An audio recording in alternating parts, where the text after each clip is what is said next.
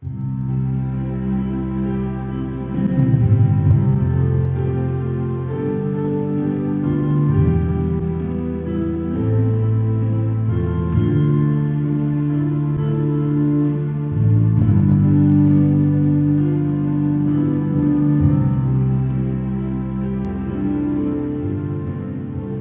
Paskah, Tuhan Yesus sudah bangkit.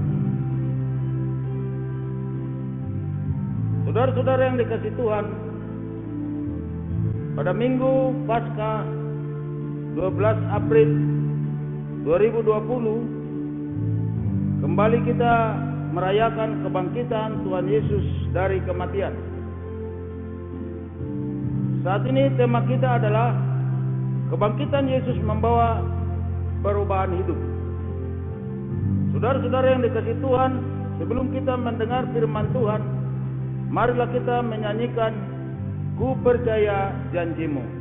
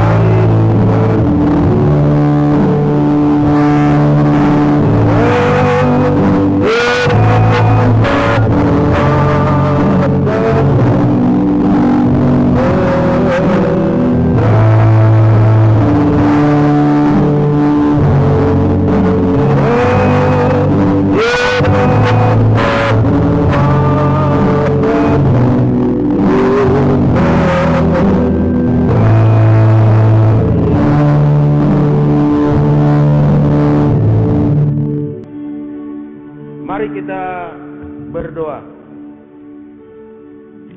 Bapa di surga, terpujilah Tuhan yang telah bangkit dari kubur. sehingga menjadi pemberitaan kami bahwa Tuhan kami Yesus Kristus tidak mati, tetapi telah hidup dan telah mengalahkan maut atau kematian. Berkatilah kami dalam perenungan firman-Mu pada saat ini. Dalam nama Tuhan Yesus Kristus kami sudah berdoa dan mengucap syukur kepada-Mu. Amin. Saudara-saudara yang dikasihi Tuhan Yesus Kristus, kita akan membuka Alkitab kita untuk membaca Kisah Para Rasul 5 ayat 17 sampai 33 dan ayat yang ke-42. Demikian firman Tuhan bagi kita. Akhirnya mulailah imam besar dan pengikut-pengikutnya, yaitu orang-orang dari mazhab Saduki, bertindak sebab mereka sangat iri hati. Mereka menangkap rasul-rasul itu lalu memasukkan mereka ke dalam penjara kota. Tetapi waktu malam seorang malaikat Tuhan membuka pintu-pintu penjara itu dan membawa mereka keluar. Katanya, "Pergilah, berdirilah di bait Allah dan beritakanlah seluruh firman hidup itu kepada orang banyak." Mereka mentaati pesan itu dan menjelang pagi masuklah mereka ke dalam bait Allah, lalu mulai mengajar di situ. Sementara itu imam besar dan pengikut-pengikutnya menyuruh mahkamah agama berkumpul, yaitu seluruh majelis tua-tua bangsa Israel. Dan mereka menyuruh mengambil rasul-rasul itu dari penjara. Tetapi ketika pejabat-pejabat datang ke penjara, mereka tidak menemukan rasul-rasul itu di situ. Lalu mereka kembali dan memberitahukan, katanya, "Kami mendapati penjara terkunci dengan sangat rapinya dan semua pengawal ada di tempatnya di muka pintu. Tapi setelah kami membukanya, tidak seorang pun yang kami temukan di dalamnya." Ketika kepala pengawal bait Allah dan imam-imam kepala mendengar laporan itu, mereka cemas dan bertanya, "Apa yang telah terjadi dengan rasul-rasul itu?" Tetapi datanglah seorang mendapatkan mereka dengan kabar, "Lihat, orang-orang yang telah kamu masukkan ke dalam penjara itu ada di dalam bait Allah, dan mereka mengajar orang banyak." Rasul-rasul dihadapkan ke mahkamah agama nasihat Gamaliel. Maka pergilah kepala pengawal serta orang-orangnya ke bait Allah, lalu mengambil kedua rasul-rasul itu, tapi tidak dengan kekerasan karena mereka takut kalau orang banyak melempari mereka. Mereka membawa keduanya dan menghadapkan mereka kepada mahkamah agama. Imam besar mulai menanyai mereka, katanya, "Dengan keras kami melarang kamu mengajar dalam nama itu. Namun ternyata kamu telah memenuhi Yerusalem dengan ajaranmu dan kamu hendak menanggungkan darah orang itu kepada kami." Tetapi Petrus dan rasul-rasul itu menjawab, katanya, "Kita harus lebih taat kepada Allah daripada kepada manusia. Allah nenek moyang kita telah membangkitkan Yesus yang kamu gantungkan pada kayu salib dan kamu bunuh. Dialah yang telah ditinggikan oleh Allah sendiri dengan tangan kanannya menjadi pemimpin dan juru selamat supaya Israel dapat bertobat dan menerima pengampunan dosa. Dan kami adalah saksi dari segala sesuatu itu, kami dan Roh Kudus yang dikaruniakan Allah kepada semua orang yang mentaati Dia." Mendengar perkataan itu sangatlah tertusuk hati mereka dan mereka bermaksud membunuh rasul-rasul itu. Ayat 42, "Dan setiap hari mereka melanjutkan pengajaran mereka di bait Allah dan di rumah-rumah orang dan memberitakan Injil tentang Yesus yang adalah Mesias." Demikianlah firman Tuhan sebagai dasar renungan kita pada saat ini.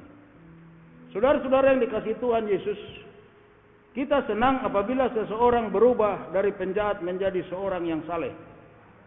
Tuhan juga sangat senang bila terjadi seperti itu. Tema kita sekarang dalam renungan Paskah ini adalah kebangkitan Yesus membawa perubahan hidup.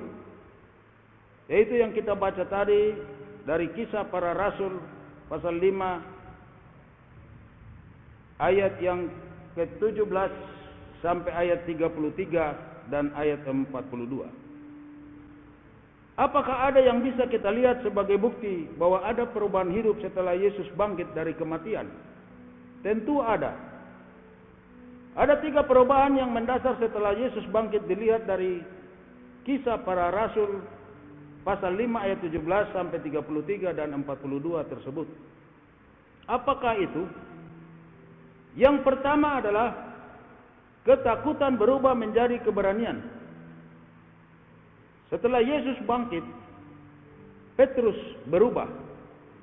Berubah dari penakut menjadi pemberani. Sebelum Yesus mati dan dikuburkan, Yesus diperhadapkan ke mahkamah agama Yahudi yang dipimpin oleh Kayafas. Sementara itu Petrus duduk di luar di halaman gedung mahkamah agung Yahudi tersebut. 3 kali Petrus menyangkal Yesus bahwa dia tidak mengenal Yesus.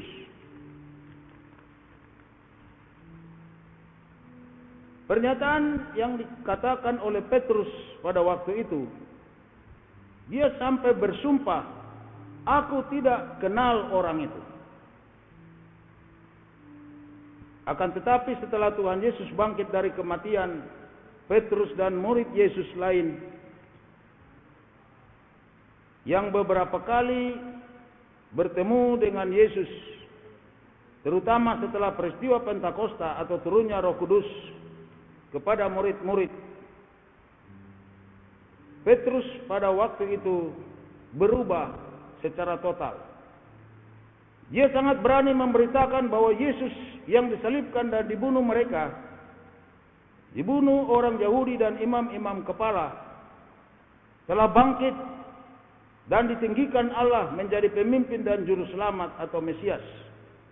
Itu yang dikatakan Petrus dalam Kisah Para Rasul 4 ayat 10 dan Kisah Rasul 5 ayat 31 dan ayat 42. Petrus setelah menyembuhkan banyak orang sakit, pemimpin agama Yahudi iri hati kepadanya.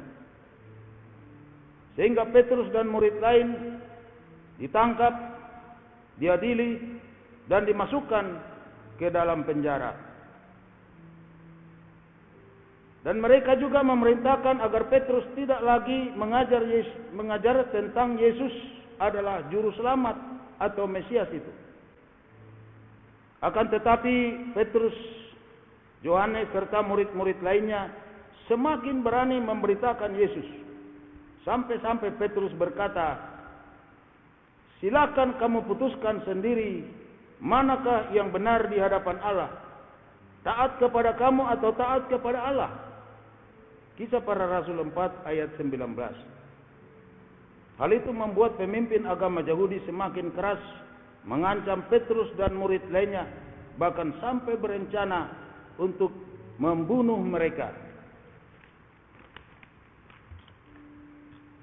Yang kedua, apa yang berubah setelah Yesus bangkit? Yaitu keraguan-raguan berubah menjadi kepercayaan penuh. Pada Kisah Para Rasul 5 ayat 17 sampai 19 diceritakan bahwa setelah Petrus menyembuhkan orang banyak dari sakit, imam besar menangkap Petrus dan murid Yesus lainnya dan memasukkan mereka ke penjara.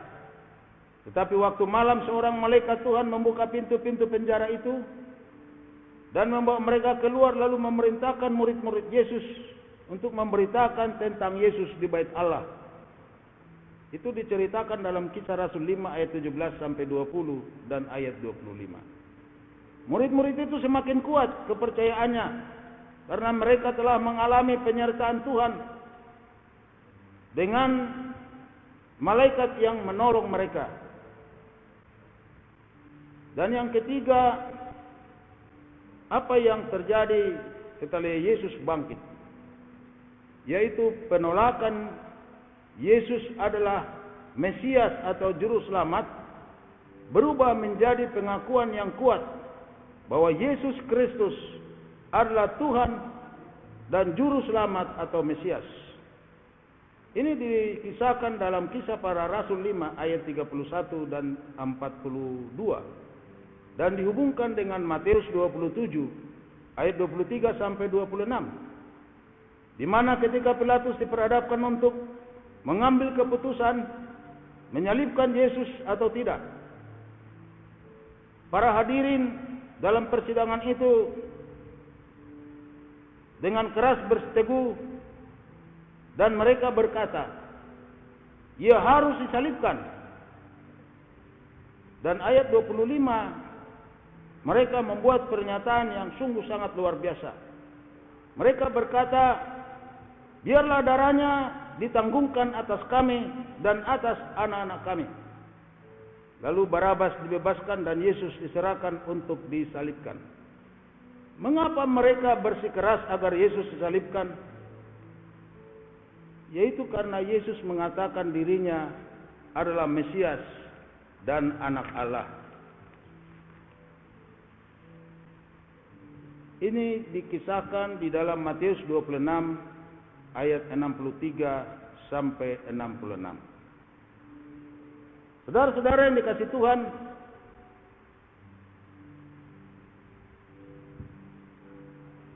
setelah Yesus bangkit, Petrus dan murid-murid beberapa kali telah bertemu dengan Yesus. Dan kemudian dalam peristiwa Pentakosta, dalam peristiwa turunnya Roh Kudus kepada mereka, Petrus dan murid-muridnya sangat berani untuk memberitakan bahwa Yesus Kristus adalah Juru Selamat atau Mesias. Dia adalah pemimpin dan Juru Selamat, dan tidak ada keselamatan yang diberikan di bawah kolong langit ini kecuali di dalam Yesus. Demikian dikatakan oleh Petrus di dalam Kisah Para Rasul 5 ayat 31 dan ayat 42 serta Kisah Para Rasul 4 ayat 12. Jika kita telusuri, banyak yang menjadi percaya kepada Yesus sebagai Mesias atau Juru Selamat dan Tuhan. Kita coba melihat bahwa pada peristiwa Pentakosta tertulis 3.000 orang percaya kepada Yesus. Kemudian terus bertambah orang-orang percaya kepada Yesus. Itu sudah dituliskan di dalam Kisah Rasul 2 ayat 41, Kisah Rasul 5 ayat 14 dan Kisah Rasul 6 ayat 1. Dari penjelasan ini apa yang dapat kita renungkan sebagai bekal rohani bagi kita? Yaitu setelah kebangkitan Yesus itu ada 3 hal perubahan yang mendasar dalam kehidupan murid-murid dan orang-orang Yahudi.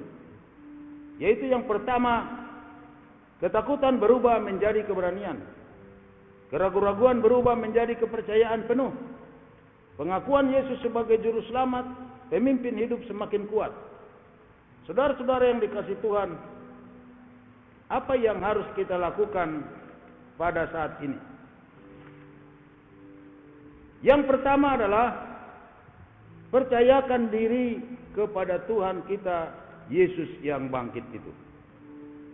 Jika sudah mempercayakan diri kepada Yesus Kristus yang bangkit itu, Dia akan membuat iman kita semakin kuat. Ketakutan kita terhadap apapun yang mengganggu hidup kita, untuk menghancurkan hidup kita, dan untuk membinasakan usaha kita, kita tidak akan takut.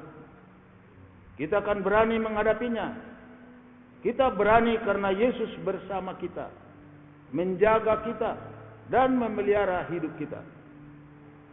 Bahkan Tuhan akan memerintahkan malaikat-malaikatnya menjaga kita semua. Seperti Petrus yang mengalami malaikat-malaikat melepaskan dari penjara beberapa kali. Seperti Kisah Rasul 5 ayat 19 dan Kisah Rasul 12 ayat 1 sampai 10.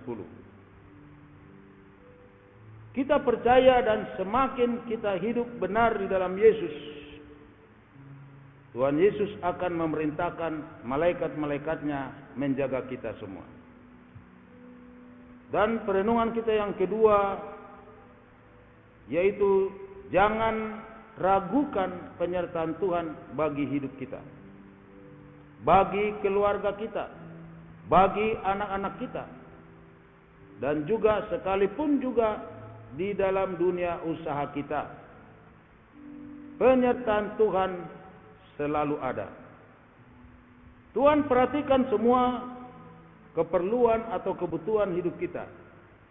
Jangan ragu dan percayalah. Percaya kepada Yesus. Dan yang ketiga dalam perenungan kita ini adalah di mana Yesus Kristus diakui sebagai Tuhannya, sebagai juru selamatnya, dia akan selamat. Bahkan seisi rumahnya akan selamat. Seperti yang terjadi dalam Kisah Rasul 16 ayat 31, seorang kepala penjara yang bertobat dan percaya kepada Yesus, dikatakan bahwa dia dan seisi rumahnya akan selamat. Saudara-saudara yang dikasihi Tuhan Yesus Kristus, jika Tuhan Yesus pemilik hidup kita, Tuhan atas hidup kita, Tuhan akan selalu membentengi kita dari segala yang bisa mencelakakan kita. Tuhan akan selalu memberikan segala kebutuhan kita, dan Tuhan akan selalu membuat segala usaha kita berhasil. Usaha kita maju, dan usaha kita semuanya sukses. Selamat Paskah, Tuhan Yesus memberkati kita semuanya. Amin. Mari kita berdoa. Bapa di sorga, terima kasih ya Tuhan, kami sudah merenungkan tentang murid-murid-Mu dan orang-orang yang percaya kepada Yesus sebagai Mesias atau Juru Selamat. Mereka berani, mereka tidak ragu-ragu, dan pengakuan mereka penuh bahwa Yesus adalah pemilik kehidupan, Yesus adalah Tuhan, Yesus adalah Juru Selamat atau Mesias daripada mereka. Dan kami bercermin daripada mereka, biarlah Tuhan memberkati kami. Sudah kami merenungkan bahwa di mana ada Yesus yang bangkit itu, di situ akan ada keselamatan, di situ akan ada penjagaan Tuhan, di situ akan ada berkat-berkat Tuhan. Oleh karena itu Tuhan, berkatilah hidup kami semua, terutama di masa yang sulit ini. Kami yakin dan percaya Tuhan akan menguatkan iman kami. Kami akan semakin berani menghadapi hidup ini, karena ada Yesus di dalam kehidupan kami. Terpujilah Tuhan kekal selamanya. Di dalam nama Tuhan Yesus kami berdoa dan mengucap syukur kepadamu. Amin.